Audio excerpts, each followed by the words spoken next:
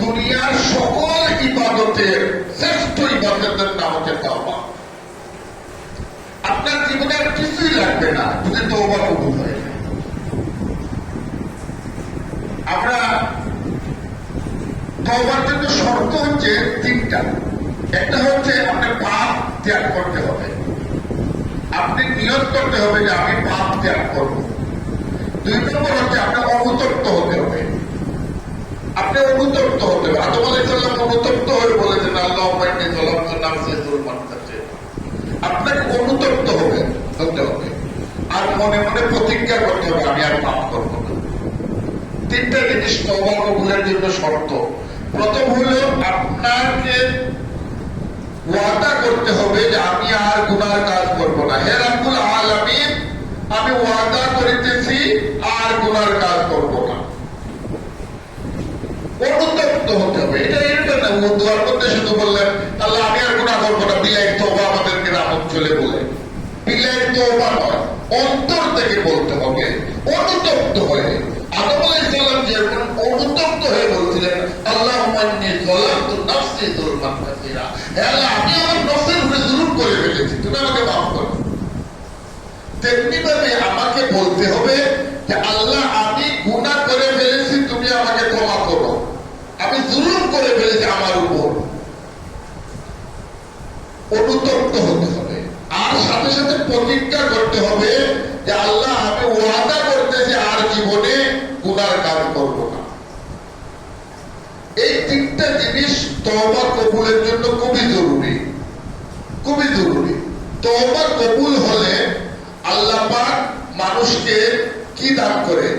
প্রথমত যে মানুষের তওবা কবুল হয়ে যায় আল্লাহ পাক তাকে দুনিয়ায় সফলতা দান করে।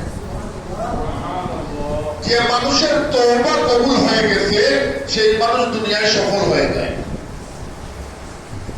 দুই নম্বর যেটা হয় তার পাপ মোচন হয়। তিন নম্বর যেটা হয় সে আল্লাহর সান্নিধ্য লাভ করে। প্রথম জিনিস সে দুনিয়ায় সফলতা অর্জন করে। আপনারা দেখবেন যত বুজুর্গরা আছে, শাহজালাল রহমতুল্লাহ সফল না বিপদ, আহমদ শফি সাহেব রহমতুল্লাহ সফল না বিপদ, সফল না বিপদ, সফল সফল। যত মানুষ দেখবেন আমরা যাদেরকে ওলি আল্লাহ বলি তারা রাত দিন তওবা করে, তাদের মূল আমলই ছিল তওবা। তো তারা তওবা করতেন বলেই আমরা যদি মনে করি আমি কি গুনাহ করলাম, মানুষ মনে করেন বিপদে পড়লে বলে কেমন কি গুনাহ করলাম আমার উপরে এই বিপদ চলে আসলো। আমি আশ্চর্য, বিচারা খুঁজেই পাই না কি গুনাহ করছে। অনুতপ্ত না, অনুতপ্ত না, অথচ আমরা অহরহ গুনাহ করতেছি। হাঁটতে, বইতে, ঘুমাইতে, খাইতে আমাদের প্রতিদিন পাপ হচ্ছে, অসংখ্য পাপ হচ্ছে। হযরত শেখুল হাদিস আল্লামা আজিজুল হক রহমতুল্লাহ আলাইহি লন্ডন একদিন আমাকে বলতেছেন এই দেশে গুনাহ করতে হয় না, সব গুনাহ উড়িয়ে উড়িয়ে পাখির মতো একটা ঢুকে। গুনাহ করতে হয় না, গুনাহ পাখির মতো এসে ঢুকে যায়। হাদিসের মধ্যেও আছে যে এমন এক জমানা আসবে যে জমানায় কর তাকে বাড়ানো উচিত না, বাড়ালেই গুনাহ হবে।